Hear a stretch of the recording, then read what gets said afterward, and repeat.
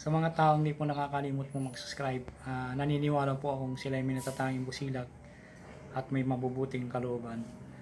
Saan man kayo naroon sa iba't ibang sulok ng mundo, sana kayo malaging malakas, malayo sa sakit sa araw-araw. Parang umaga, tanghali, gabi sa inyo.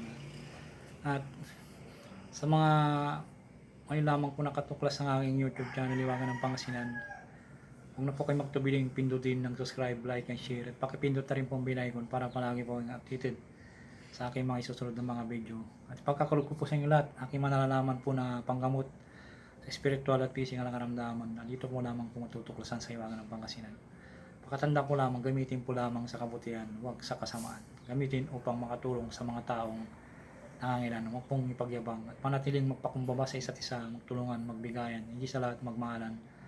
At huwag pong tumulong sa mga taong hiniga po sa hirap ng buhay. At yun napakalaking kayamanan sa langit sa pagtulong sa kapwa. At hindi matutumbasan sino man. Kaya ang Diyos na pumbalang magagabay po sa inyong ginagawang mga kabutihan. At pagkakalob sa inyong siksik, diktik at mga po ng pagmamahal ng ating Diyos ang makapangyarihan sa lahat. At bago po ko umpisan po ay shoutout po sa inyong lahat. Sa mga solid ko pong subscriber po, shoutout po. Sa mga baguhan po na ngayon lang po nakatuklas ng aking YouTube channel, shoutout po sa inyong lahat. Ang isishare ko po ngayon po ang araw to ay may nag-request po sa akin na isang tao na bantay po sa pagtulog po. Bantay po sa pagtulog po. Napaka-importante po na bago po tayo matulog sa gabi o tanghali, sa hapon, ay usahin po natin ito para may bantay po tayo sa pagtulog at malayo tayo sa bangungot. Kung halimbawa po palagi po tayo nananaginip ng masasama, kasi pag nakatulog ka na, halimbawa po pag nakaidlip ka na,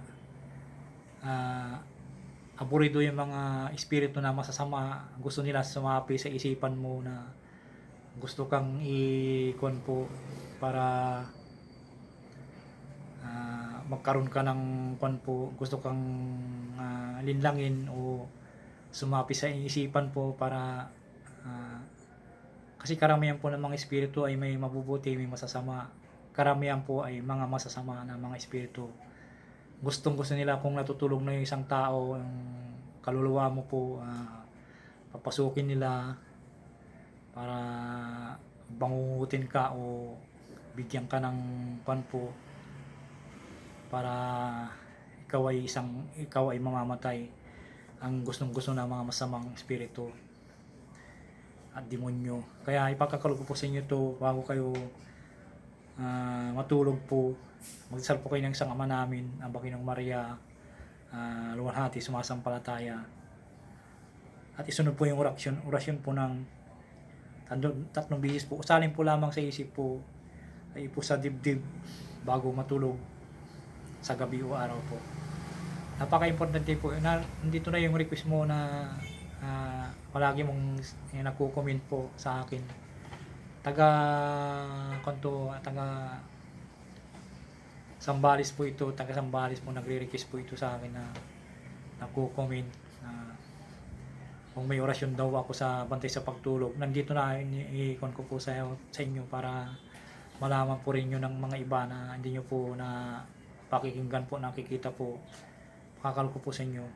Ito po idadasalin po ng Ama namin, ang Panginoong Maria, luwalhati, sumasampalataya. Kung wala po kayong poder, ito pong gagamitin po nyo. Magsalang isang Ama namin, ang Panginoong Maria, sumasampalataya, luwalhati. Pinagkapoder nyo po ito. Kung di pa kayo nagagamot. Kung manggagamot na po kayo talaga, kumuna po kayo ng pampoder nyo po, bakod, balabal, pundo, at baluti po. Narito po ang orasyon po. Uktum, sultum, nortum, nakada, buburit, suburit. Sino may huwag lumapit, Iisus, Maria, Joseph. Ito pang orasyon po. Salin po sa isip lamang po. Nandito na yung request mo, bro.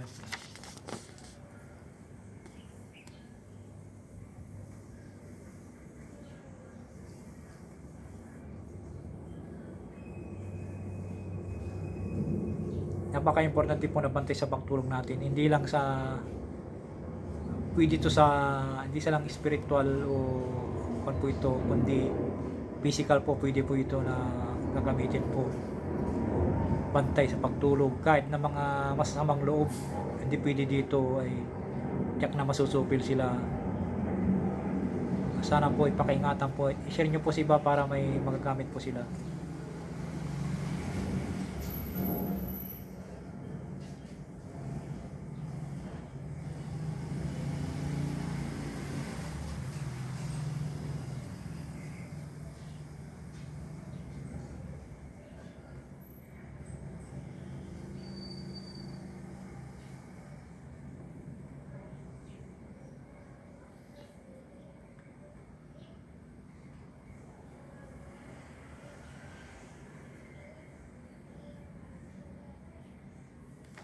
Maraming salamat bro. Sana po tuloy-tuloy mo yung pag-follow, pag-subscribe. Tatanin ko po napakalaking utalob sa inyo lahat. Maraming salamat po.